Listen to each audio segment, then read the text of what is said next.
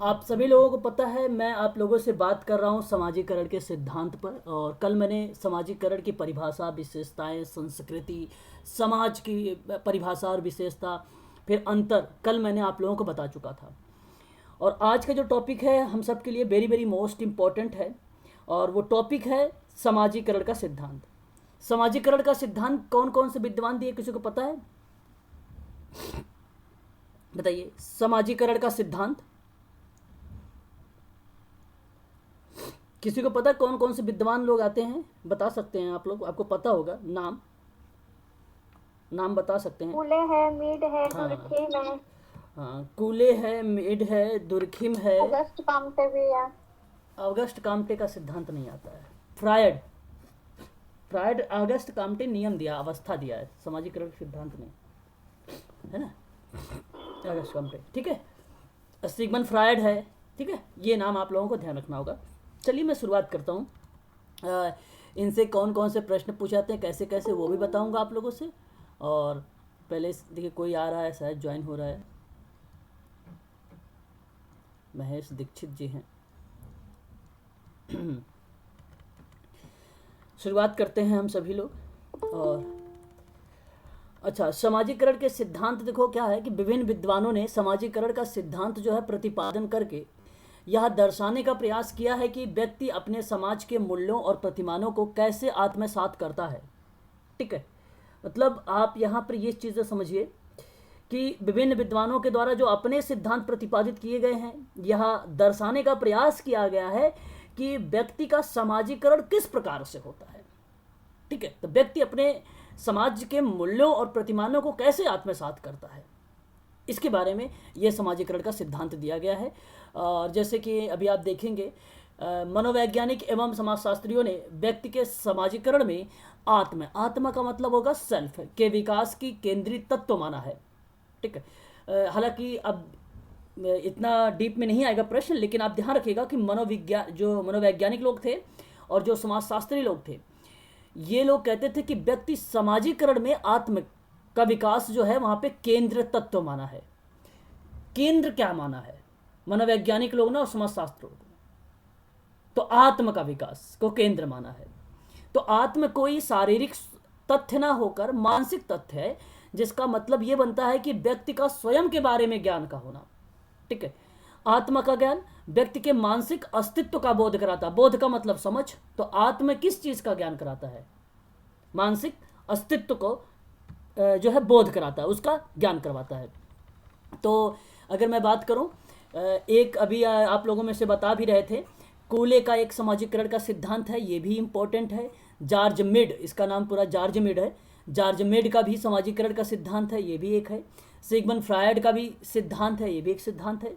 Ismail Durkheim का समाजीकरण का सिद्धांत है, ये भी सिद्धांत है। तो ये 4 टाइप के सिद्धांत है, ये तो पता होना चाहिए था आप लोगों को। चलो अब तो पता हो गया होगा कि भाई 4 टाइप के आता है। कूले का आता है, जॉर्ज मिड का आता है, फ्रायड का आता है, दुर्खिम का आता है। अब हम इनके बारे में थोड़ा सा एक एक करके जानकारी रखेंगे, ज़्यादा डीप में नहीं जाएंगे वरना कंफ्यूज हो जाएंगे हम सभी के सभी लोग। ठीक है, चलिए अब मैं आपसे एक एक करके बात करूंगा। चार्ल्स, अगर हम कूले की बात करते हैं तो ये अमेरिकी विद्वान हैं। इनकी किताब है human nature and social order. मैंने जब कभी इसका नाम आता है क्वेश्चंस में, ये किताब का नाम भी बोलता हूँ आप लोगों से, human nature and social order इसकी किताब है। इसी किताब में कूले का जो है सिद्धांत जो दिया गया था, आत्म दर्पण दर्शन का सिद्धांत दिया गया था इसी किताब में। क्या नाम था उसका? आत्म दर्पण दर्शन का सिद्धांत दिया गया था। एग्जाम में प्रश्न एक बार पूछ लिया गया था आप लोगों से, आपको पता भी होगा, लुकिंग ग्लास करके मैंने बताया भी था, ये इसी का सिद्धांत था, लुकिंग ग्लास करके, है ना। आगे अगर हम बात करते हैं और फिर कह रहा है कि समाजीकरण के सिद्धांत में कूले ने क्या बोला कि व्यक्ति और समाज को पृथक करके वैज्ञानिक विवेचना नहीं की जा सकती है। मतलब व्यक्ति और समाज को पृथक कर दोगे तो वैज्ञानिक की विवेचना नहीं हो सकती, क्योंकि भाई ऑलरेडी बताया गया है समाजीकरण का सिद्धांत में हम आत्म की बात करेंगे। केंद्र हमारा क्या? आत्म है, स्वयं है, सेल्फ है, यही तो केंद्र है। तो जाहिर सी बात है कि हम व्यक्ति और समाज को कभी अलग कर ही नहीं सकते, है ना, एक दूसरे के पूरक हैं लोग। और फिर कह रहा है कि समाज के संपर्क में आने पर ही व्यक्ति के आत्म का विकास हो जाता है। और जब व्यक्ति का आत्म का विकास हो जाएगा, समाज के संपर्क में जब व्यक्ति आता है तो वहां पर वही केंद्र बन जाता है आत्म। ठीक है, तो समाज उसके लिए दर्पण का कार्य करता है। अब व्यक्ति है केंद्र में, पारस्परिक है समाज से, तो दर्पण के रूप में अगर कोई देखा जा रहा है तो उसको समाज को देखा जा रहा है, समाज के रूप में देखा जा रहा है। यहाँ पे दर्पण कौन है? दर्पण समाज है। ठीक है, तो उस समाज उसके लिए दर्पण का कार्य करता है, इसलिए कोले का सिद्धांत को नाम जो आया वो आया आत्म दर्पण का सिद्धांत आया, इसी के नाम से हम लोग जानते हैं। और कभी कभी हिंदी करके ऐसे ही लिख देता है लुकिंग ग्लास ऑफ सेल्फ करके, या लुकिंग ग्लासेस सेल्फ करके लिख देगा, तो यही आपका सही हो जाएगा ऑप्शन। ठीक है, आगे हम बात करते हैं। कोले ने कहा कि शिशु जब समाज के संपर्क में आता है तब अंतः क्रिया का अंग बन जाता है ना।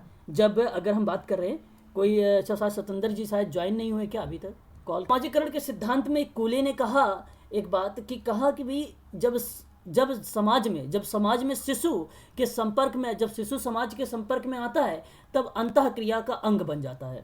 और यह बात आप लोगों ने ऊपर देख भी लिया है कि समाज काम कर रहा है एक व्यक्ति के लिए दर्पण के रूप में, है ना। तो वह चिंतन या और चिंतन की प्रक्रिया क्या हो जाती है, वहाँ पे शुरुआत हो जाती है। तो वह अन्य मतलब अन्यों की स्वयं के बारे में बनाई गई धारणा से परिचित होता है, जो बनाई गई धारणाएं हैं उससे परिचित है ना। और इसी तरह से समाज रूपी आईने के स्वयं को देखता है और स्वयं को जानने का प्रयास करता है। और इस तरह से दूसरों की प्रतिक्रिया में स्वयं ही, मतलब यहाँ पे जो स्वरूप बताया जा रहा है कि स्वयं का निर्माण होता है। इसीलिए ये कोले का अकॉर्डिंग ये बात कहा जाता है कि आत्म दर्पण का सिद्धांत है। ये इसको क्या बोला जाता है? आत्म दर्पण का सिद्धांत बोला जाता है। ठीक है, तो अब मैं आपको थोड़ा सा एक बार रिवीजन करवा देता हूँ, फटाफट आप सभी लोग ध्यान से सुन लीजिए। अमेरिका के समाजशास्त्री थे चार्ल्स कोले महोदय, और इन्होंने एक किताब लिखा जिसका नाम था human nature and social order. और इस किताब में इन्होंने अपने सिद्धांत के बारे में बात किया, आत्मदर्पण दर्शन का सिद्धांत के बारे में बात किया। जो व्यक्ति है वो केंद्रित होता है, और जब व्यक्ति केंद्रित होगा तो उसकी आत्मा वहाँ पे केंद्रित होगी। यहाँ पे अगर कूले की बात किया जाए तो आत्म में जो चीज़ें मैं बात कर रहा हूँ, सेल्फ की जो बात कर रहा हूँ, वो केंद्रित है यहाँ पर व्यक्ति की आत्मा, और वो बेसिकली समाज को बोध से रिलेट करवाती है। ठीक है, तो कोले कहते हैं कि व्यक्ति और समाज संबंधों को स्पष्ट करने के संदर्भ में इनका मानना है कि समाज के संपर्क में आने पर ही व्यक्ति के आत्मा का विकास होता है। ये उनका कहना है, उनका स्टेटमेंट है चार्ल्स कोले का। तो इतनी बात आप लोग ध्यान रखिएगा। प्राथमिक अगर समूह के बारे में भी बात हो तो भी आप इन्हीं का नाम लेंगे, चार्ल्स कोले का भी। अगर हम बात करते हैं, यहाँ एक और नाम आ रहा, उन्हीं का नाम आ रहा है, चार्ल्स कोले का ही नाम आ रहा है। और इन्होंने अपनी परिभाषा में बोला है कि स्वयं एवं समाज जुड़वा है। ठीक है, तो एक दूसरे के पूरक है ना। तो भाई बिना व्यक्ति के समाज नहीं चल सकता, नहीं ना ही समाज के बिना व्यक्ति के कोई अस्तित्व है। तो कहने का तात्पर्य ये हुआ कि स्वयं एवं समाज जो है जुड़वा हो। तो ये अगर परिभाषा पूछे तो आप तुरंत कहना कि ये चार्ल्स कोले का है परिभाषा। ठीक है, आगे बात करते हैं। कोले ने आत्मदर्पण के सिद्धांत के 3 चरण बताए। अब 3 चरण, कभी कभी चरण अगर हालांकि भी पूछा तो नहीं गया एग्जाम में, यूजीसी में या कि अदर एग्जामों में, आप लोग इसको भी ध्यान रखें, थोड़ा सा हो सकता है पूछा जाए कि इसके 3 सिद्धांत। एक सिद्धांत में अगर बात करूं एक चरणों को लेकर, तो कहता है कि दूसरे लोग मेरे बारे में क्या सोचते हैं, ये पहला स्टेप है इसका। दूसरे जो लोग हैं समाज में वो मेरे बारे में क्या सोचते हैं, ये पहला स्टेप है इसका। दूसरा कि दूसरे लोग जो मेरे बारे में सोचते हैं उस संबंध में मैं अपने बारे में क्या सोचता हूं, ये दूसरा स्टेटमेंट आता है आत्मदर्पण के दर्शन के सिद्धांत में। तीसरी बात आती है यहाँ पे कि अतः मैं अपने बारे में किस निष्कर्ष पर पहुंचता हूं, जैसे मैं गर्व करता हूं या गलानी करता हूं, यही स्वयं है। तो कहने का तात्पर्य यह हुआ मेरा कि ये 3 चरण है कि मैं अपने बारे में क्या सोचता हूं, लोग मेरे बारे में क्या सोचते हैं। ठीक है, फिर कह रहा है कि मैं अपने बारे में निष्कर्ष पर कौन कितने निष्कर्ष तक पहुंचा हूं मैं। अगर आप अच्छे काम करते हो तो मैं गर्व करता हूं, गलत काम करते हैं तो गलानी होती है आपके मन में। वही प्रतिक्रिया जो आ रही है वो एक प्रकार की स्वयं की आ रही है। तो समाज में वो प्रतिक्रिया जो आई है आपके मन में उसको बोलते हैं आत्म, उसको क्या बोलते हैं? आत्म बोलते हैं। ठीक है, तो याद रखिएगा ये बहुत इंपॉर्टेंट था चार्ल्स कोले का। ठीक है, याद रखिएगा। रॉबर्ट बेरस्टिक के बारे में बात करूँ, रॉबर्ट बेरस्टिक वही है जो व्यक्तिगत समाज कार्य के बारे में बात मैं कर रहा था। उन्होंने सिद्धांत दिए थे 7 1957 में, और 1957 में ही H Perlman, Helen Harris Perlman ने फॉर पीस के बारे में समस्या समाधान उपागम के माध्यम से क्लियर भी किया था। ये दोनों वर्ष भी आप वहाँ पे ध्यान रखेंगे। और वहीं मैं आपको बता रहा हूँ रॉबर्ट बेरस्टिक के बारे में कि कूले की सिद्धांत का सारांश रूप में प्रस्तुत करते हुए लिखा है। रॉबर्ट बेरस्टिक ने कूले का जो सिद्धांत है आत्मदर्पण दर्शन का, उसी की सिद्धांत को इसने सारांश में लिखा है, निष्कर्ष में लिखा है। क्या लिखा है जानने की कोशिश करेंगे हम सभी लोग। कहा है इसने कि मैं वह नहीं हूं जो मैं सोचता हूं। ठीक है, थोड़ा सा यहाँ आपको याद नहीं करना है, ये रट्टा नहीं मारना है आपको सिर्फ इतना करना है कि जब कभी प्रश्न में आपको मिले तो ये समझ जाना। देखो यहाँ पे I am okay, I am not okay, ये वाला शब्द नहीं लिखा हुआ है। अभी I am okay, you are not okay, इसके बारे में भी बताऊंगा। तो सिर्फ इतना समझिए यहाँ पे कि मैं वह नहीं हूँ जो मैं सोचता हूँ, मैं वह भी नहीं हूँ जो आप मेरे बारे में सोचते हैं, मैं वह हूँ जो आप मेरे तथा मैं अपने बारे में सोचता हूँ। ये स्टेटमेंट बेरस्टिक का है। आत्मदर्पण के दर्शन का जो सिद्धांत है कूले का, उसका सारांश दिया है इसने सारांश दिया है। तो क्योंकि कूले ये बात कहता था ना कि दूसरे प्रतिक्रिया से ही व्यक्ति का स्वयं का निर्माण होता है, और उसके 3 चरण थे। उन 3 चरणों को अगर आप रखेंगे तो आप आसानी से इसको इजीली आप इसको क्या कर सकते हैं, डिस्क्राइब कर सकते हैं। ठीक है, वर्णन इसका कर सकते हैं आप। तो ये बातें आप थोड़ा सा ध्यान रखिएगा। ये किसका है, ये बेरस्टिक का है। ऑप्शन में उसका भी नाम आता है जब I am okay you are not okay लिखा रहेगा तब। ठीक है, अभी वो भी आएगा, टेंशन ना ले। आगे बात करते हैं नेक्स्ट पॉइंट पर। अब बात करते हैं मीड का। अब कूले का कोई दिक्कत तो नहीं है, किसी को कोई दिक्कत है पूछ लीजिए। कूले का समाप्त हो गया है, कूले का समाप्त हो गया। कोई किसी को कोई दिक्कत वगैरह हो तो बताइए जरा। नहीं है साहब। ठीक है, फिर तो अब हम बात करते हैं यहाँ पर जॉर्ज मीड का सिद्धांत में। जॉर्ज मीड का सिद्धांत क्या कहता है? देखो, जॉर्ज मीड का जो सिद्धांत था वो basically mind, self and society पर आधारित था। इसका जो सिद्धांत था, ये 3 ऐसे शब्द आते हैं जो एग्जाम में बराबर पूछे जा रहे हैं आजकल के एग्जाम में, है ना, कि भाई क्या क्या चीज़ें पे बेसिकली उसका विचार था, माइंड, सेल्फ एंड सोसाइटी पर, मीड का सिद्धांत। तो जॉर्ज मीड कहता है, ये भी अमेरिकी समाजशास्त्री है, मनोवैज्ञानिक है, G.H. मीड इसका नाम है। इसकी किताब का नाम अभी आपने देखा भी है कि human nature and social order की किताब। किसकी किताब? Human nature and social order किताब किसकी किताब थी? किसकी किताब थी? कूले की थी। कूले की सर। हाँ, वेरी गुड।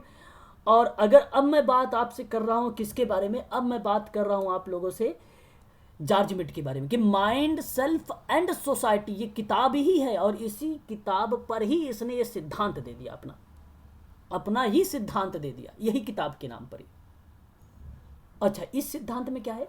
इसने समाजीकरण के सिद्धांत में क्या बोला है मिड ने कहा है कि आत्मा या आत्म के विकास के लिए मैं तथा मुझे महत्वपूर्ण अन्य तथा सामान्यीकृत जैसी अवधारणाओं का प्रतिपादन किया गया है। देखिए, मिड कहता था कि माइंड, सेल्फ एंड सोसाइटी जो पुस्तक लिखी कि व्यक्ति समाज का निर्माता होता है। इसका कहने का तात्पर्य यही बन रहा है। क्या बन रहा है कि व्यक्ति जो है समाज का निर्माता होता है, जिसमें दिमाग और स्वयं होता है। दिमाग भी होता है, माइंड भी होता है और स्वयं भी होता है। ये 2 शब्द हैं, इसको एक मत करिएगा, 2 अलग अलग शब्द हैं। ठीक है, एक अगर हम बात करें जिसमें दिमाग और स्वयं होता है, ठीक है, तो व्यक्ति में जो आत्म चेतना का विकास हो रहा है, मिड ने कहा कि मैं और मुझे शब्दों का प्रयोग करें तो यह सिद्धांत वहां पे लागू हो जाएगा जहां पे जो व्यक्ति आई और मी का प्रयोग करेगा। ठीक है, तो मैं का मतलब जानते हैं क्या होता है? मैं मतलब यहां पे जो मैं लिखा हुआ है, इसका मतलब क्या बनता है? मैं का अर्थ है कि व्यक्ति के द्वारा दूसरे के प्रति किए गए वाले, जो दूसरे के प्रति जो व्यवहार किया जा रहा है उसको बता रहा है दूसरे के द्वारा। मैं क्या बता रहा है, मैं बता रहा है कि व्यक्ति के द्वारा दूसरे के प्रति किए गए वाले जो व्यवहार है उससे है।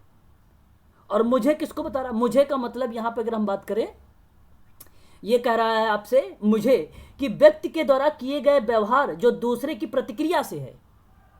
अब देखो, दूसरे के प्रति किया गया व्यवहार से है, ये तो व्यवहार से है मैं। और दूसरा आपसे जो मुझे बता रहा है, ये कह रहा है कि दूसरों की प्रतिक्रिया से है, दूसरे की प्रतिक्रिया से है। तो इसीलिए मैं और मुझे जो है अंतः क्रिया का कारण बनता है स्वयं के विकास में। मैं और मुझे जो यहाँ पे मैं बता रहा हूँ, ये कारण बनता है स्वयं के विकास के लिए, आत्म के विकास के लिए, ऐसे कह सकते हो आप। ठीक है, मैं और मुझे अंतः क्रिया के बीच जो है स्वयं का निर्माण होता है। बात वही है, जब मैंने मैं को डिस्क्राइब कर दिया, मुझे को डिस्क्राइब कर दिया, तो जाहिर सी बात है बना क्या, स्वयं का निर्माण हो गया। ठीक है, प्राथमिक समूह के रूप में इसने कहा कि परिवार से है, जबकि सामान्यकृत अन्य का तात्पर्य में द्वितीयक समूह से है।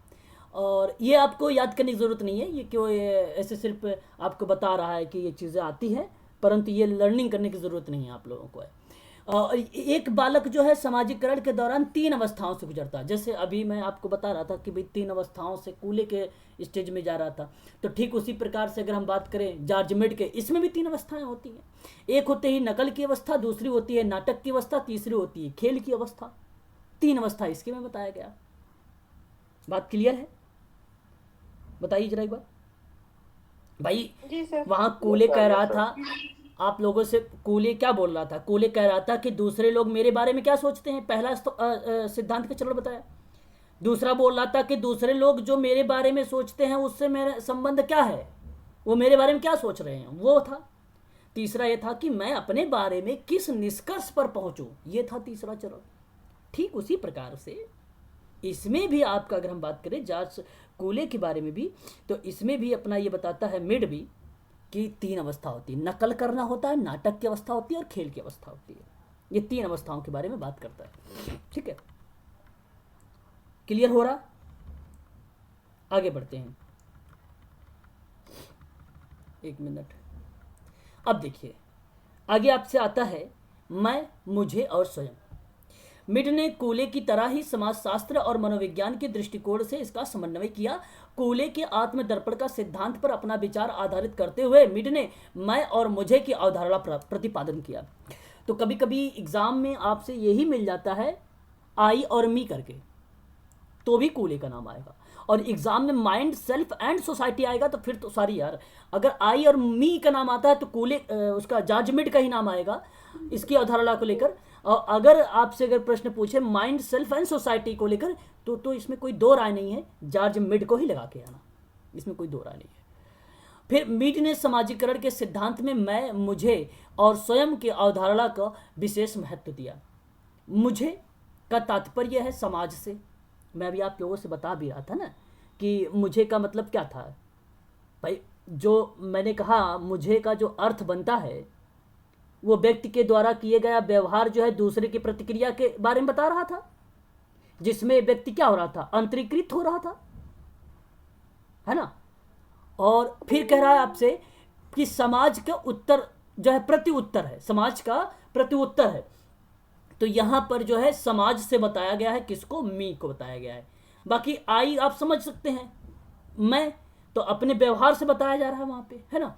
जो दूसरे लोग समाज के बारे में सोचते हैं मुझे, और दूसरे लोग मेरे बारे में सोचते हैं, उस संदर्भ में मैं क्या सोचता हूं, और यह मैं हूं या मैं है, और अतः मैं अपने बारे में जिस निष्कर्ष पर पहुंचता हूं वह स्वयं है। कहने का तात्पर्य इसका 3 टाइप का बना, 3 स्टेप इसके भी बन गए। एक तो इसने आई को उठा लिया कि जो व्यवहार हो रहा है, दूसरा उसने मुझे उठाया, मतलब मी शब्द को उठाया, और मी का मतलब क्या बना कि प्रतिक्रिया से बनी, व्यवहार की प्रतिक्रिया से, और फिर सेल्फ बन गया, और मतलब निष्कर्ष के आधार पर स्वयं का निर्माण हो रहा था। और ठीक उसी प्रकार से कूले ने भी यही बात किया था, ये कूले ने भी यही बात बोला था। महत्वपूर्ण कुछ अन्य बातें हैं, जैसे प्राथमिक समाजीकरण में, जैसे मैंने अभी ऊपर थोड़ा चर्चा किया था परिवार को लेकर, इस एक बालक के 2 स्तर से गुजरता है, एक बालक जो है 2 स्तर से गुजरता है। एक तो या तो नकल की अवस्था से गुजरेगा, और दूसरा जो है नाटक की अवस्था से गुजरेगा, और ये भी मीट का ही है, ये भी मीट का ही है। इमिटेशन का मतलब होता है नकल करना। जैसे आप अगर मैं कहूँ कि अगर घर में कोई मान लीजिए भाई बहन हैं, दो बच्चे हैं, और अगर मान लीजिए भाई कुछ एक्टिविटी कर रहा है तो उसकी देखकर बहन भी नकल कर रही है, तो उसी है वही है, ये नकल की अवस्था वही है। वही क्या है? वही नकल की अवस्था है। जैसे अगर हम बात करें यहाँ पर, नवजात शिशु सर्वप्रथम अपने महत्वपूर्ण अन्न जैसे माता पिता के संपर्क में आता है और वह अपने माता पिता और भाई बहनों की नकल करता है। बात तो ठीक है। और इस अवस्था में बच्चे को अपने बारे में कोई जागरूकता नहीं रहती है, स्वयं का ज्ञान भी नहीं होता है, या निष्क्रिय रूप से भूमिका को ग्रहण कर लेता है, या ग्रहण करके उसे कार्य करता है निष्क्रिय भाव से, है ना। तो ये बात आप कह सकते हो, ये है नकल की। और ये कब किस में आती है? शैशव अवस्था में होती है, ये नाटक की अवस्था में। अब आपने देखा होगा कि जैसे बच्चे जब है, अगर हम बात करें 3 साल के हो जाए, 2 साल के हो जाए, 4 या 5 साल की एज में आप लोगों ने देखा होगा बच्चे खेलते हैं, कभी कभी डॉक्टर बन जाते हैं, देखा है, टीचर बन जाएंगे। घर में छोटे छोटे बच्चे होंगे, उनको कभी ऑब्जर्व करना ध्यान से, और ऐसा ऑब्जर्व करना कि वो आपको ना देख रहे हों, ठीक है, ऐसे ऑब्जर्व करना। तो देखो वहाँ पे बच्चे कभी क्या होता है, डॉक्टर बन जाएंगे, टीचर बन जाएंगे, पढ़ाने लगते हैं 2-4 बच्चों को बैठा के। ये अवस्थाएं जो बेसिकली होती है, ये भी शैशव अवस्था में होता है, और ये 2 वर्ष की उम्र में शुरू हो जाता है। ये ऐसा कहना था जॉर्ज मिड का, ठीक है। तो इन्होंने कहा कि जो मुझे अर्थात सामूहिक पक्ष से परिचित होता है ये, तो इस अवस्था में बालक स्वयं व्यक्ति के बारे में ना देखकर वस्तु के रूप में देखने लगता है, तो वह नकल की अवस्था को पुनः दोहराने की सक्षम हो जाता है। कभी डॉक्टर बनने की नाटक करने लगता है, तो कभी टीचर बनने का नाटक करने लगता है, विभिन्न प्रकार का पुलिस वगैरह हो जाए, ऐसी क्रियाविधि बेसिकली आती है। तो यह है नाटक की अवस्था। ऐसे मैं सोच रहा कि सोशल वर्कर गया नाटक का सिद्धांत करने लगा, है ना, नुक्कड़ नाटक वगैरह, सामाजिक क्रिया, ऐसा मत सोचना आप सभी लोग, ठीक है। आगे अगर हम बात करते हैं, सामान्यकृत कुछ चीज़ें थी जो इसका जनरलाइजेशन किया गया सामान्यकृत में, ठीक है। तो वो बताया क्या जाए कि परिवार से बाहर के सदस्यों को मेड ने सामान्यकरण के लेकर अन्य संबोधित करते हुए इन्होंने कुछ बातें बताई कि बालक जहाँ नकल की अवस्था और नाटक की अवस्था को पूरा कर लेता है, वहीं सामान्यकरण की अवस्था के साथ साथ वह खेल की अवस्था में चला जाता है। तो ये तीसरी अवस्था आ गई उसकी, गेम वाला, ठीक है। तो कुछ बड़े होने पर बच्चा जो होता है परिवार के आंतरिक अन्य लोगों के संपर्क में भी आ जाता है। ये प्रतिक्रिया बेसिकली हम देखने लगते हैं, ठीक है। तो ये चीज़ें आपको ध्यान रखना होगा, कुछ चीज़ें हैं।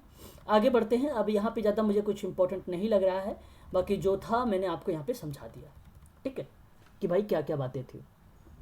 यहाँ पर भी आपको ध्यान रखना, माइंड, सेल्फ एंड सोसाइटी की स्थापना किया है, आई और मी शब्द का प्रयोग किया है, स्वयं का विकास इसने भी किया है, 3 शब्द इसमें भी किया है इसने। अब मुझे जरा बताइए, इसमें कोई दिक्कत नहीं है, कोई डाउट वगैरह नहीं है इसमें भी? अगर कोई डाउट है या कोई प्रॉब्लम है तो आप मुझसे पूछ सकते हैं, फिर मैं आगे बढ़ूँ। चलो अच्छा जी सर। चलो फिर मैं आगे चलता हूँ। अब मैं बात करता हूँ सिगमंड फ्रायड का सामाजिकरण का सिद्धांत। सिगमंड फ्रायड तो भाई इतना फेमस बंदा है, ये सिर्फ एक थ्योरी दे दिया, मनोविश्लेषणात्मक थ्योरी, उसी थ्योरी से ही फेमस हो गया। बाकी सामाजिकरण का सिद्धांत उतना फेमस नहीं हुआ, लेकिन हम जान लेते हैं। देखिए कोई ज्वाइन हो रहा है कई बार से, मैं उनको जा रहा हूँ ज्वाइन करने के लिए, वो फिर चले जा रहे हैं। चलो आगे अगर हम बात करते हैं फ्रायड के सिद्धांत से, तो फ्रायड महोदय ने क्या बोला, सिगमंड फ्रायड ने, सिगमंड फ्रायड के बारे में अगर हम बात करते हैं यहाँ पर, तो इन्होंने कहा है कि एक तो मनोविश्लेषक सिद्धांत बोला है, साइको एनालिटिकल सिद्धांत बोला है। इस बात से सभी लोग जानते होंगे, सभी लोग परिचित होंगे इससे। कितनी अवस्थाएं थी इसमें, कोई मुझे बताना चाहेगा?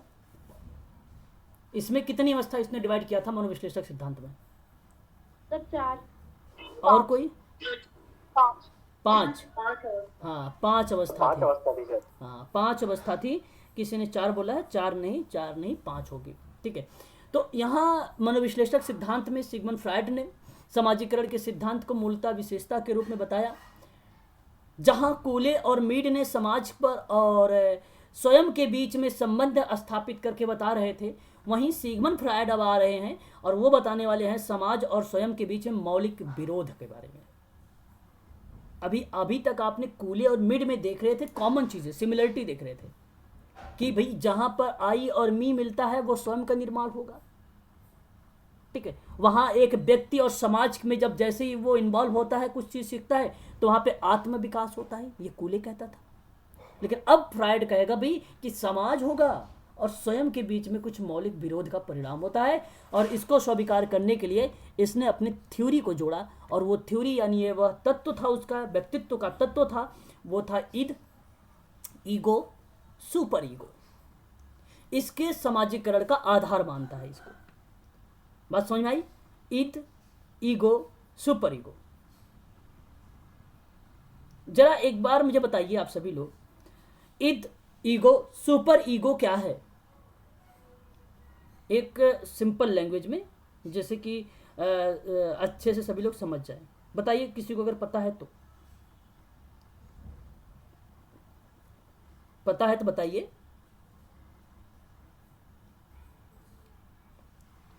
नहीं पता मैं बता दूं, ये भी नहीं पूछते हैं आप लोग।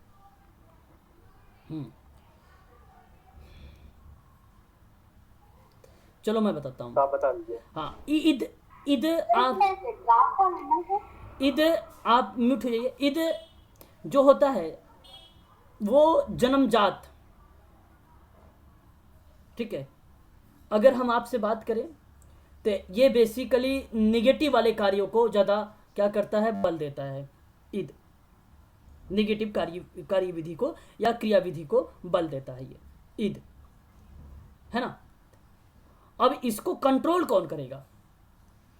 इसको कंट्रोल करेगा आपका ईगो, जिसको आप अहंकार बोलते हो, अहम बोलते हो। ये वास्तविकता को स्वीकार करता है, इसीलिए इसे वास्तविकता का सिद्धांत भी कहा जाता है। संचालित होता है इसमें, अहंकार में, है ना। ये नियमों के खिलाफ जाने वाले के जो नकारात्मक परिणाम होगा उसको बचाता है, उससे बचाता है। जैसे आपके मन में कोई नकारात्मक भाव आ जाए उसको रोक देगा ये ईगो। और जो सुपर ईगो होता है ये बेसिकली ये भी वास्तविकता से ही रिप्रेजेंट करता है, और इस सुपर ईगो में जागरूकता ज़्यादा आ जाती है व्यक्ति के अंदर। किसी स्वयं की भावनाओं से वो क्या हो जाता है, अगर हम बात करें तो उसके स्वयं की भावनाओं के संदर्भ में उसके अंदर जो है अहंकार शब्द का जो उपयोग है वो नहीं आता है। वो समझ जाता है समाज को। तो 10% लोग ऐसे होते हैं जो समाजीकरण के रूप में आते हैं, कार्यों को नियंत्रित करते हैं ये लोग, ठीक है। अच्छे कामों को, गलत कामों को पहचान जाते हैं, ये गलत भावनाओं जो रखते हैं वो भी समझ जाते हैं, ठीक है। तो यहां पर बेसिकली ये होता है सुपर ईगो, है ना। और आगे अगर हम बात करें तो फ्रायड ने कहा, हाँ बताइए। तो सुपर ईगो में आदर्शवाद का सिद्धांत से भी जोड़ सकते हैं ना?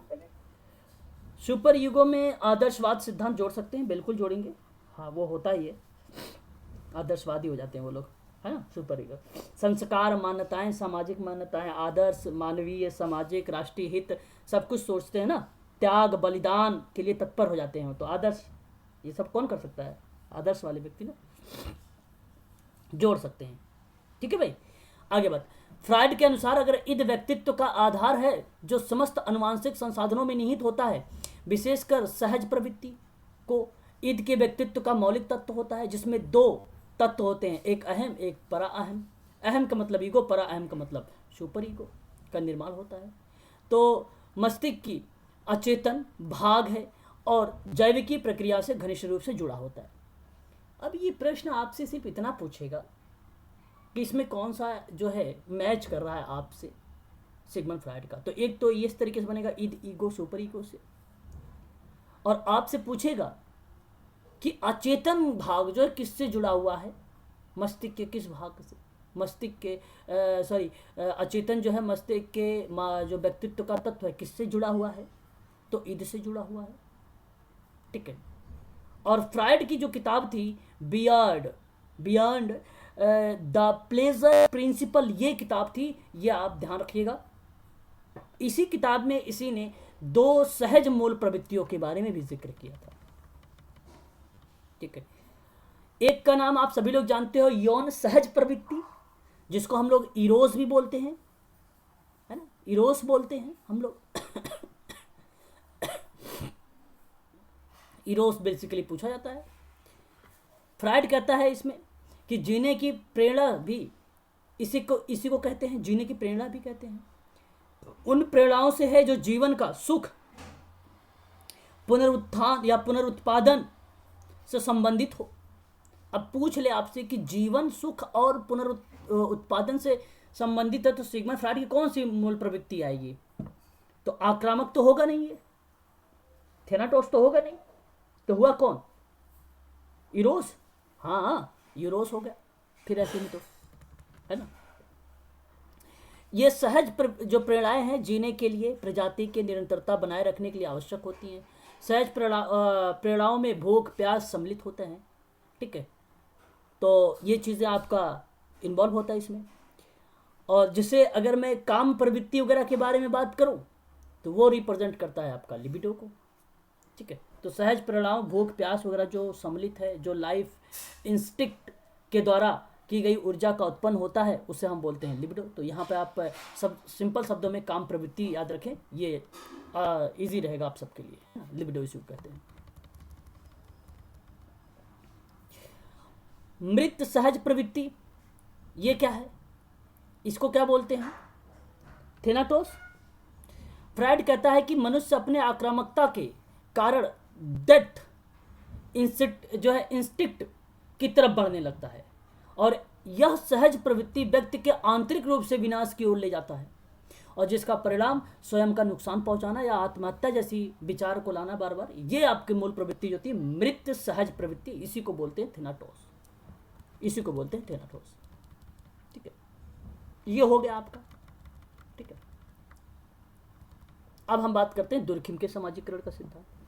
यहां तक कोई दिक्कत तो नहीं है आप लोगों को? No sir. चलो बहुत बढ़िया है, अगर दिक्कत नहीं है तो नो सर। आगे बात करते हैं। दुर्खिम के सिद्धांत के बारे में जान लेते हैं अब थोड़ा सा हम लोग। एक प्रश्न तो आना तय है यहां से 2 नंबर का, इसमें कोई दो राय नहीं है, ठीक है भाई। ये चारों से में से एक आएगा जरूर। बात करते हैं दुर्खिम के। कभी प्रत्यक्ष रूप से स्वयं के विकास के लिए सामाजिकरण के चर्चा नहीं है, लेकिन अपनी पुस्तक में इसने सोशियोलॉजी एंड फिलॉसफी, एक बात तो आपको ये अच्छे तरीके से पता होना चाहिए कि इस्माइल दुर्खिम की एक किताब है, जब सामाजिकरण का जब सिद्धांत दे रहा था, सोशियोलॉजी एंड फिलॉसफी वाली, इस किताब में इसने कहा कि प्रत्यक्ष रूप से स्वयं का विकास होता है, और वही विकास अगर आपको करना है, एक मिनट, ठीक है। तो यहां पर प्रत्यक्ष रूप से अगर स्वयं का विकास करना है तो सामाजिकरण की चर्चा नहीं होगी, लेकिन अपनी उन्होंने पुस्तक में सोशियोलॉजी एंड फिलॉसफी में व्यक्ति के व्यक्तित्व विकास के लिए समाज की भूमिका को रेखांकित किया। कार्ल मार्क्स की तरह दुर्खिम की व्यक्ति में कोई स्वतंत्र सत्ता नहीं पाई जाती है। अब कार्ल मार्क्स की तरह दुर्खिम भी व्यक्ति को कोई स्वतंत्र सत्ता नहीं मानते हैं, तो ये आप ध्यान रखिएगा, सत्ता नहीं मानता है स्वतंत्र सत्ता व्यक्ति की, तो कार्ल मार्क्स भी और दुर्खिम भी दोनों व्यक्ति के अंदर कोई स्वतंत्र सत्ता, स्वतंत्र अधिकार नहीं माना जाता है। ये इनका कहने का तात्पर्य है व्यक्तित्व विकास में, बल्कि समूह के सत्ता के केंद्रीय मानते हैं। ये मानते फिर कहां पे हैं? अगर इंडिविजुअल में किसी व्यक्ति की स्वतंत्र सत्ता नहीं मानोगे तो ग्रुप में मानते हैं ये। तो इसीलिए मैं आप लोगों से बोलता भी हूं कि सामूहिक प्रतिनिधित्व के बारे में किसने बात किया है, तो आप लोग बोलते हो कि इस्माइल दुर्खिम ने किया है। तो दुर्खिम का यही है सामूहिक प्रतिनिधान, इसी को बोला था प्रतिनिधित्व के कारण जो है सामाजिकरण का सिद्धांत स्पष्ट होता है, क्योंकि उसने व्यक्ति को अधिकार माना ही नहीं, उसने तो व्यक्ति का जो समूह में रह रहे हैं उसके केंद्र को महत्व दिया है इसने, ठीक है। और दुर्खिम के अनुसार कह रहा है कि इस जो है सामूहिक प्रतिनिधान का तात्पर्य है कि सभी विचार, मूल्य, स्वभाव, व्यवहार का तरीका है जो एक समूह के सदस्य का साझा होता है, और ये समूह में ही साझा होगा, विचार, मूल्य, स्वभाव, व्यवहार वगैरह। उसका नाम दे दिया कि ये सामूहिक प्रतिनिधित्व है, और यही स्वयं है, यही आत्म है, और सामाजिकरण का सिद्धांत आत्म पर ही आधारित है ना।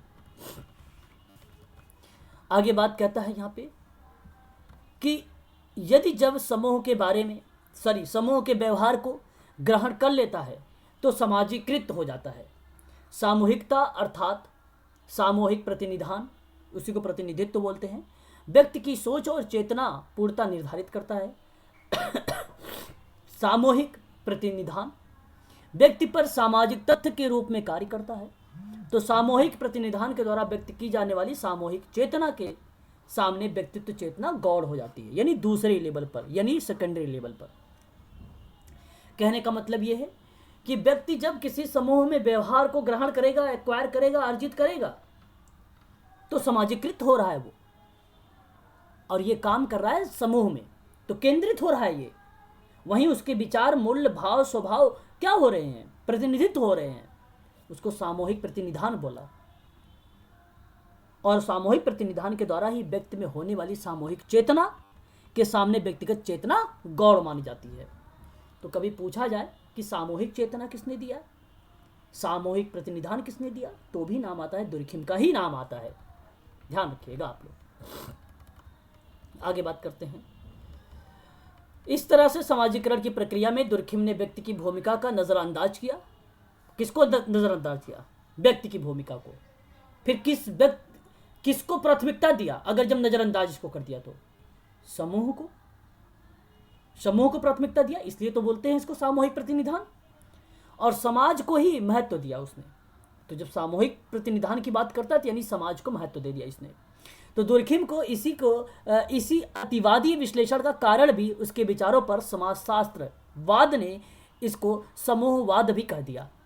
कुछ विद्वानों ने कहा कि जो सामूहिक प्रतिनिधान है, क्योंकि व्यक्ति को तो प्राथमिकता दिया ही नहीं, उसने समूह को दिया, तो मैं क्यों ना इसको व्यक्ति का नाम रखने के बजाय समूहवाद कर दूं, सामूहिक प्रतिनिधान के बजाय। और ये विद्वानों ने कहा है, ठीक है, कुछ विद्वानों ने ये बातें कही है, याद रखेंगे इसे। समूहवाद। तो 3 बातें मैंने बताया आपको।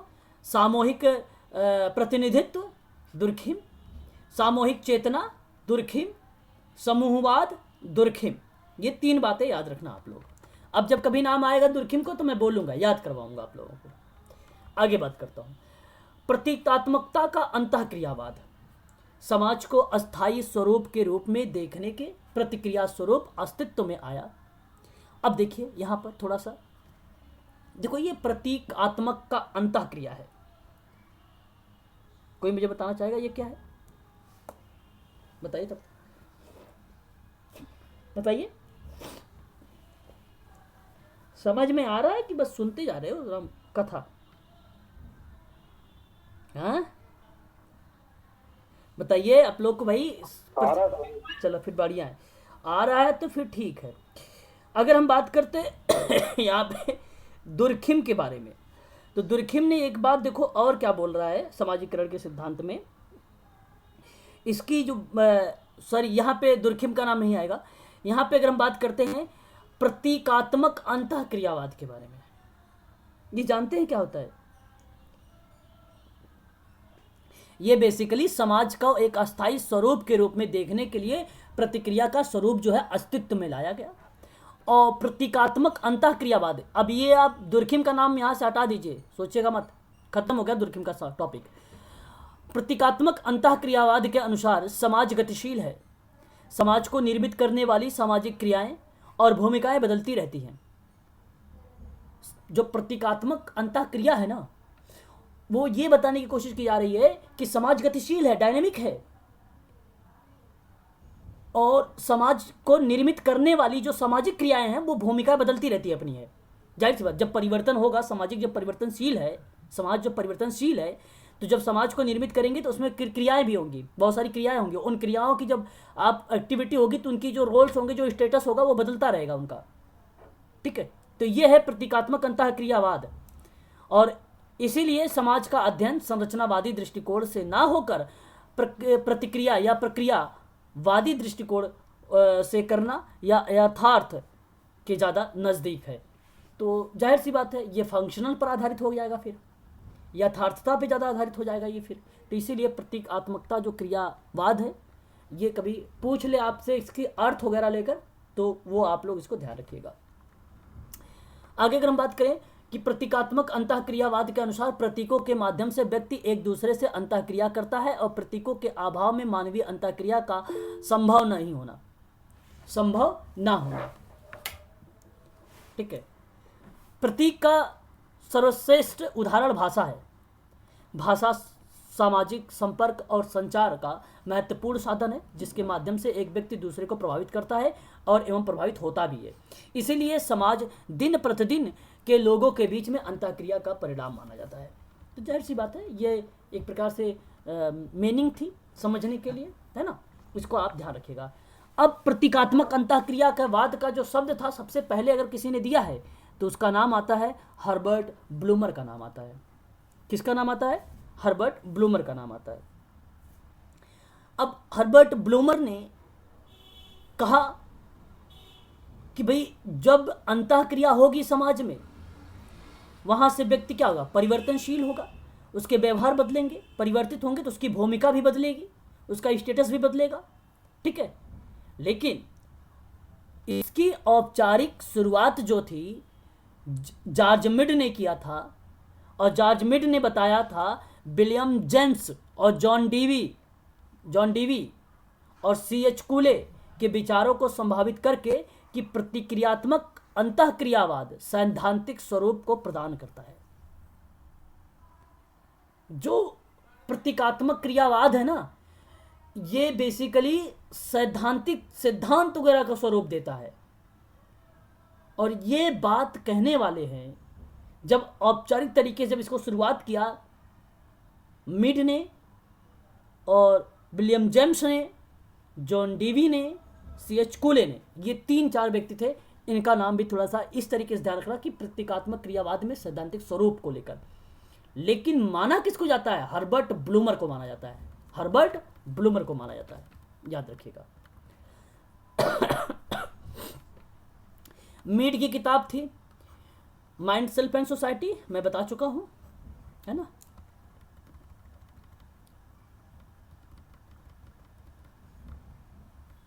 सेल्फ का तात्पर्य है कि प्रक्रिया जिसमें, अच्छा वही चीज़ें हैं कि व्यक्ति स्वयं और वस्तु के रूप में देखकर प्रतिक्रिया करता है, वही चीज़ होती है छवि के रूप में, है ना। वही चीज़ें हैं। नकल ये शायद रिपीट हो रहा है, आई थिंक, है ना। तो ये हो गया आपका कंप्लीट। अच्छा, एक नाम आप लोगों ने नहीं देखा है ना, याद आ रहा है किसी को? थॉमस एंटोनियो हॉरिस का। नोट कर लीजिएगा कॉपी पर आप लोग इसको भी। थोड़ा सा ये नाम नहीं मिला आप यहाँ पे, मैंने सोचा कि यहाँ पे होगा ज़रूर, है ना। जब मैं इसको पढ़ाता तो मुझे याद हो जाता तुरंत थॉमस का नाम, तो इसको मैं नेक्स्ट टाइम में आप लोगों को इन्वॉल्व करूँगा। हाँ, थॉमस लिख रहा मैं यहाँ पे, थॉमस होगा। थॉमस एंटोनियो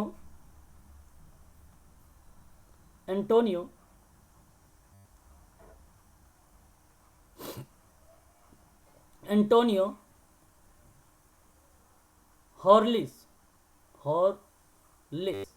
या आप कहेंगे इसे हॉरिस कहेंगे, हॉरिस। ठीक है। इसने 1967 में दीपा को शायद बहुत अच्छे तरीके से याद हो गया होगा, और गरिमा ने शायद लिवाश को हॉस्पिटल में एग्जाम दिया होगा। हिवास का एग्जाम में दिया था गरिमा नहीं है, उसमें ये प्रश्न आया था है ना। नहीं याद आ रहा है, कोई बात नहीं, उसमें वो प्रश्न आया हुआ था। याद है सर। तो एम ओके, याद हो गया। हाँ एम ओके, ठीक है, याद कर लीजिए आप सभी लोग, ये 1967 में दिया गया था, है ना। एम ओके, ठीक है, और यू आर ओके लिखते रहिएगा कॉपी पे। थोड़ा सा बहुत इंपॉर्टेंट है, थोड़ा सा क्या इंपॉर्टेंट क्लास है। इसको बोला गया हेल्थी पोजीशन है। ये कौन सी पोजीशन है? हेल्थी पोजीशन, यानी हैप्पी वाली है, हैप्पी वाली। इसको आप नीचे लिख लीजिएगा, हैप्पी, है ना। हेल्थी पोजीशन है, कौन सी पोजीशन है? हेल्थ वाली। अच्छा, ये पॉइंट 1 हो गया। पॉइंट 2 लिखिए, आई एम नॉट ओके,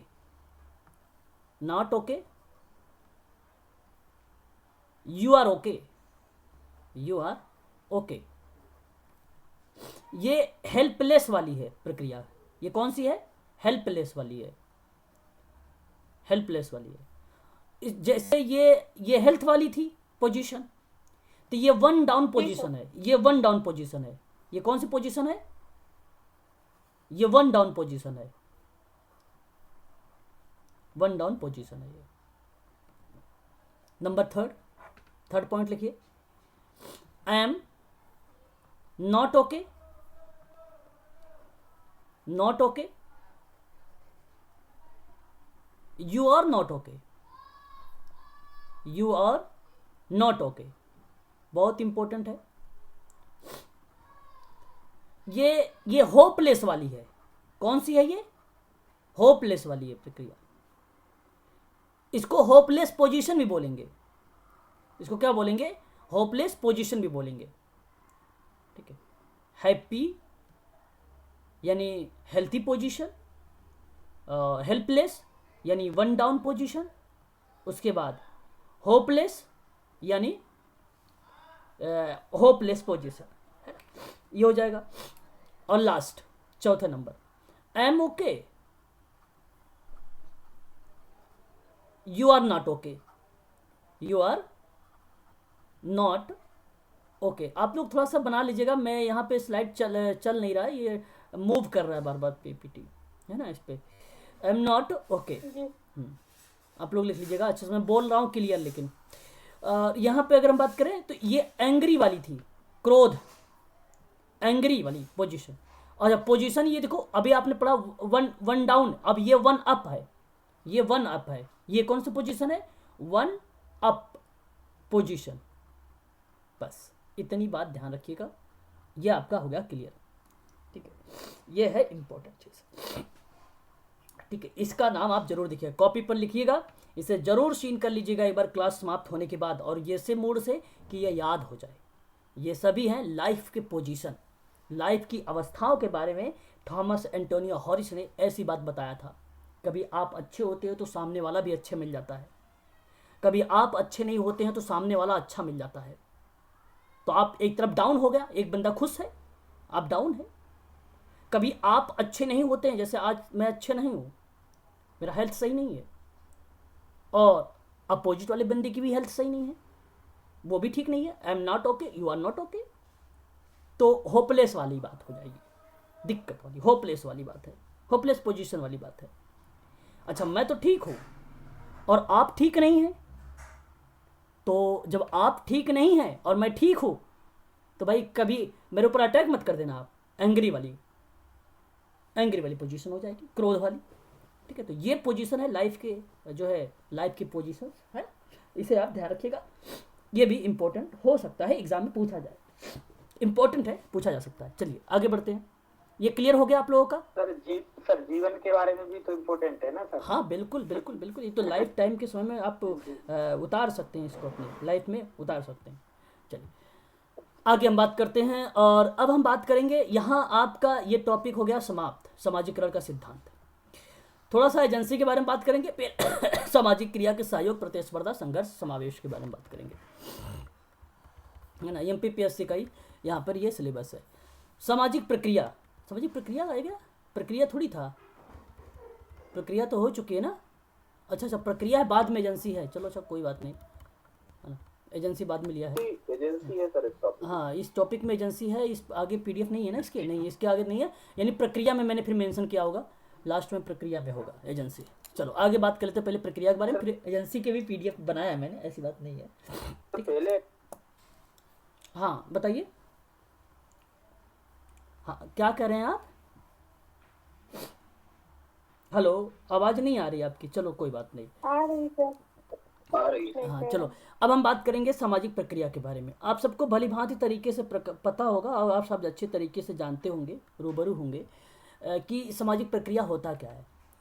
तो देखो, मैकाइबर पेज ने कहा है कि प्रक्रिया की व्याख्या सामाजिक परिवर्तन के संदर्भ में करते हुए लिखा है कि प्रक्रिया का अर्थ बताते हुए कि निरंतर परिवर्तन जो परिस्थिति की आंतरिक शक्तियों के घात प्रतिघात के फलस्वरूप निश्चित रूप से घटित होता है, वह एक प्रकार से सामाजिक प्रक्रिया होता है। अच्छा, सामाजिक प्रक्रिया तो ऐसे आप मत पढ़िए किताबी लैंग्वेज, प्रक्रिया, प्रोसेस, समाज का प्रोसेस क्या है? अपने सिंपल शब्दों में आप सोचिए तो क्या बनता है कि कोई क्रिया विधि से बन रहा होगा, किसी क्रिया से बन रहा होगा, प्रक्रिया। तो जब आप कोई एक्टिविटी करते हैं किसी के साथ, वही एक्टिविटी जो कर रहे हैं उसी एक्टिविटी को बोला जाता है क्या? उसी एक्टिविटी को बोला जाता है सामाजिक प्रक्रिया। उसी क्रिया विधि को क्या बोला जाता है? सामाजिक प्रक्रिया बोला जाता है। क्लियर हुआ? सामाजिक प्रक्रिया बोलिए भाई। मानव जो है समूह में जीवन के विभिन्न परिवर्तनों से गुजरता है, विभिन्न तरीकों से गुजरता है। तो जब अंतः क्रिया पुनरावृत्ति होती है बार बार उसकी, तो सामाजिक प्रक्रिया बन जाती है। वही बार बार पुनरावृत्ति करोगे तो प्रक्रिया बन जाएगी सामाजिक। बस इतनी बात ध्यान रख लीजिए आप लोग। इस परिभाषा के अनुसार कहा गया कि समूह के विभिन्न सदस्य जब एक साथ किसी क्रिया प्रतिक्रिया से, ये क्या लिख दिया भाई, सफल होते हैं, है ना? क्रिया प्रतिक्रिया से क्या होते हैं? सफल होते हैं, या क्रिया प्रतिक्रिया से करते हैं क्रिया विधि समाज में, तो वहां पर हम इसको संबंध। अच्छा, जब समूह के विभिन्न सदस्य जब एक साथ किसी क्रिया प्रतिक्रिया से संबंध होते हैं या संबंध बनते हैं या संबंध होते हैं, ठीक है। आप नहीं सर, संबंध मतलब उससे संबंध होते हैं। अच्छा, बंधे हुए होते हैं। बंधे हुए होते हैं, चलो ठीक है। तो ऐसे में हम इसको क्या बोलते हैं कि यह एक प्रकार की सामाजिक प्रक्रिया होती है, ठीक है। तो सामाजिक प्रक्रिया वही है, आप समझ गए होंगे अब अच्छे तरीके से, आप लोगों को पता हो चुका है कि इसमें परिवर्तन वाली प्रतिक्रिया देखने को मिलती है और ये निरंतर चलती रहती है। परिभाषा से अब आपको अच्छे से क्लियर पता चलेगा कि परस्पर संबंधों या क्रियाओं के विभिन्न फलस्वरूप या उसके स्वरूपों का सामाजिक प्रक्रिया को हम क्या बोलते हैं? सामाजिक प्रक्रिया बोलते हैं। तो सामाजिक प्रक्रिया कहते हैं किसको बोलते हैं? परस्पर संबंधों को बोलते हैं। ये बीसेज का कहना है। ये किसका कहना है? बीसेज का कहना है। आगे हम देखते हैं, और भी परिभाषा मिलेगी आपको।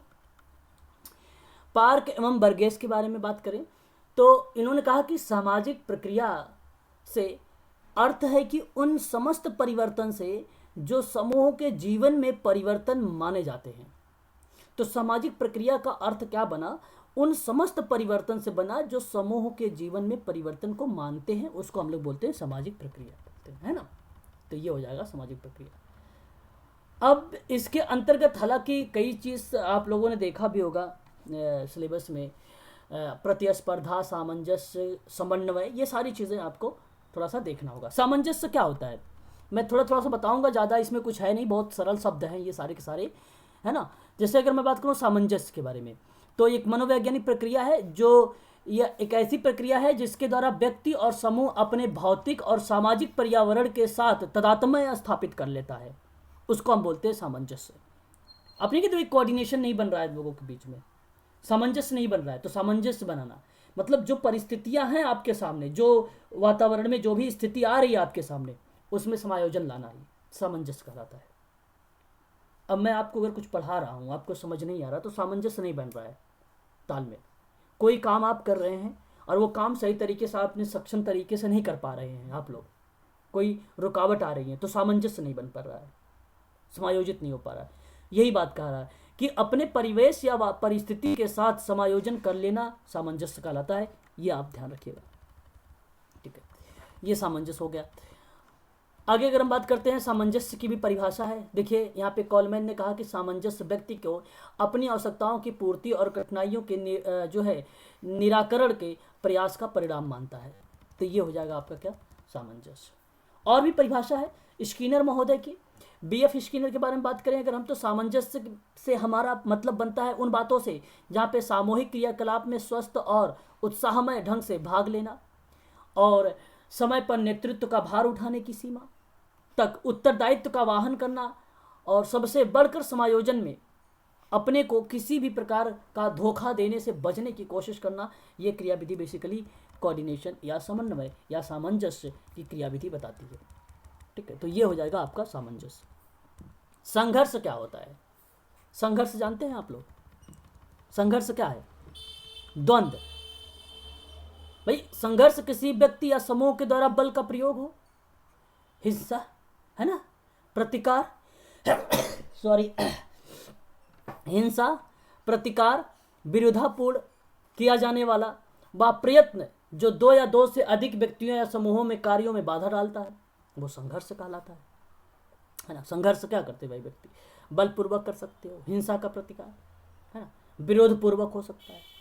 तो दो या दो से अधिक व्यक्तियों के द्वारा या समूहों के द्वारा कार्य में बाधा डालना संघर्ष के रूप में देखने को मिल सकता है। संघर्ष कार्यों को अगर आप इंप्रूव भी करेंगे तो भी वहां पे संघर्ष होता है, हम उसको भी बोलेंगे संघर्ष, वो भी संघर्ष ही है। जेएस फीचर का कहना है कि पारस्परिक अंतःक्रियाओं का वह रूप है जिसमें दो या दो से अधिक व्यक्ति एक दूसरे को दूर करने का प्रयत्न करते हैं, वो संघर्ष होता है। ये फीचर है, पारस्परिक अंतःक्रिया वह रूप है जिसमें दो या दो से अधिक व्यक्ति एक दूसरे के दूर करने का प्रयत्न करते हैं, तो ये आपका संघर्ष बन जाएगा, है ना। तो ये आपका सही हो जाएगा यहाँ पर। तो ये आप समझ गए होंगे आप लोग संघर्ष होता क्या है। बहुत सरल सरल टॉपिक है, सिर्फ मीनिंग समझना है आपको, बस इसमें कुछ है नहीं, है ना।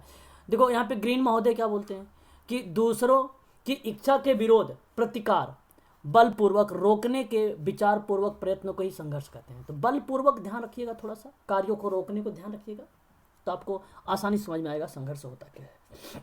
ठीक है, चलिए आगे बात करते हैं, नेक्स्ट पॉइंट लेते हैं।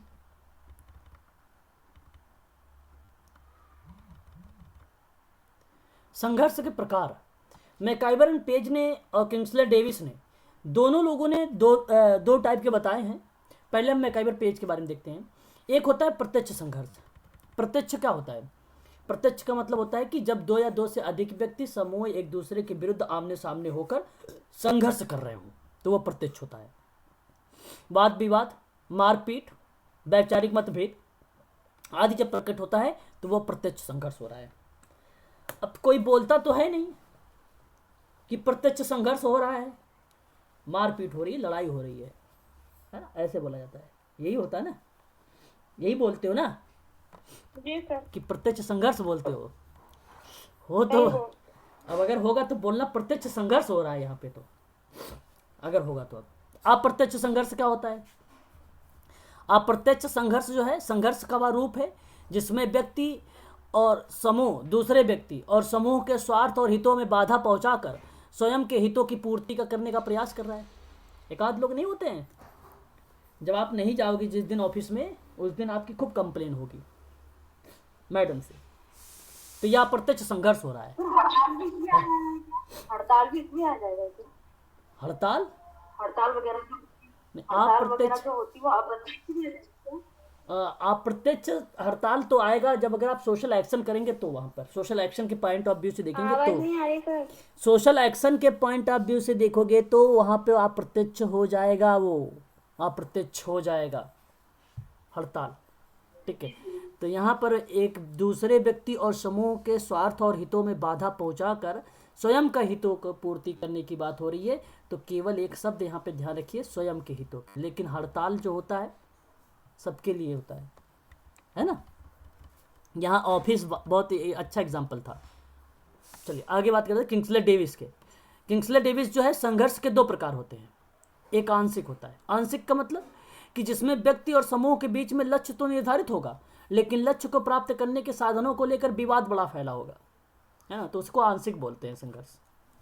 लक्ष्य को पूरा करना है, मैडम ने दे दिया भैया ये काम पूरा करो, अब लैपटॉप नहीं दिया, प्रिंटर नहीं दिया, अपने मन से करके ला रहे हो, अपने घर से प्रिंट आउट करके लेकर आओगे, तो ये आंशिक संघर्ष होगा, किंग्सले डेविस कहता है।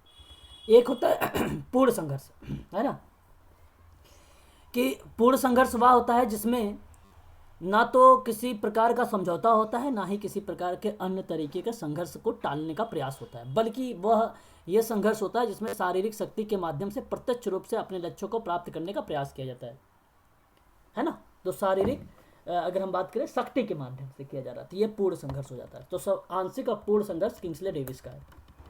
ठीक है, ये हो गया आपका क्लियर।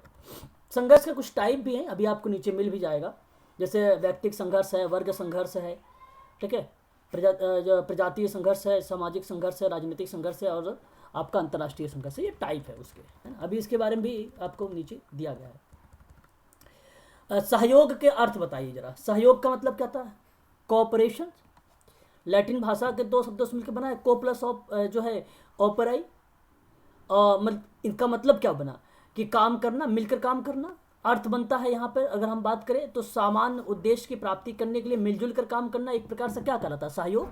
नहीं कहते कोऑपरेशन कर, भी कोऑपरेट कर, है ना, उसको बोला जाता है। मैकाइवर पेज की एक पुस्तक अपनी पुस्तक सोसाइटी, मैंने कई बार बोला भी है सोसाइटी, लिखा है कि समाज संघर्ष के बाद प्राप्त किया गया सहयोग होता है, सहयोग है। संघर्ष जो है समाज संघर्ष के बाद प्राप्त किया गया सहयोग है, ठीक है। ये बात इसने बोला है सोसाइटी किताब में अपने, ठीक है। सहयोग की परिभाषा क्या होगी?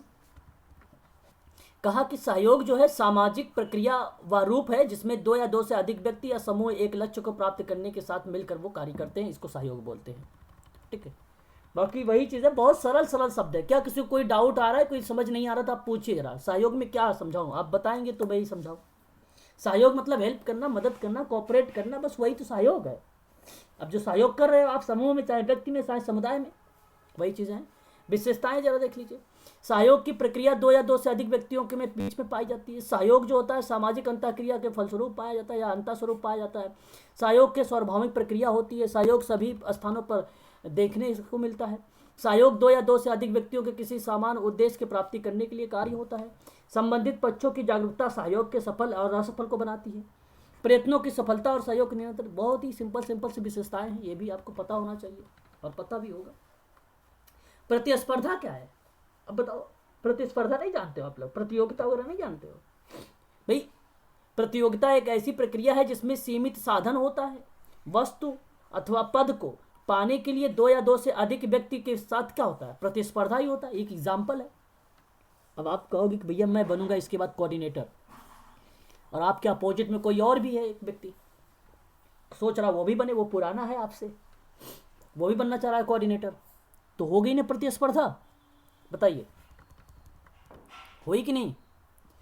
तो प्रतिस्पर्धा और प्रतियोगिता का एक असहगामी सामाजिक प्रक्रिया माना जाता है। इसका कारण यह माना जाता है कि प्रतिस्पर्धियों में कम या अधिक मात्रा में एक दूसरे के प्रति कुछ ईर्ष्या द्वेष भाव पाए जाते हैं। भाई जाहिर सी बात है, अब मान लो तुम नेता बन गए, अपने गांव में चुनाव लड़ रहे हो, तो तुम थोड़ी ना चाहोगे कि वो उसे सारे वोट मिले, है ना, है कि नहीं?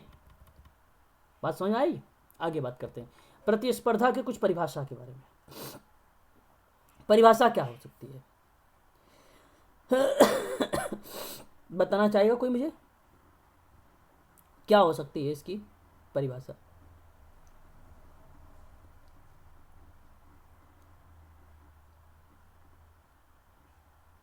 समान लक्ष्यों को लेकर एक दूसरे से, हाँ, प्रतिस्पर्धा में, प्रतिस्पर्धा में दो या दो से अधिक व्यक्ति, हाँ, समूह समान लक्ष्य को प्राप्त करने का प्रयत्न करते हैं, जिनको कोई भी दूसरे के साथ बांटने के लिए ना तो तैयार होता है और ना ही उसकी अपेक्षा की जाती है ना। ये प्रतिस्पर्धा है, ठीक है।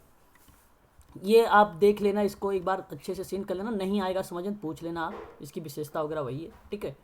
तो बस आज के लिए इतना ही रखिए आप लोग, है ना, ज़्यादा कुछ है नहीं इसमें, ठीक है।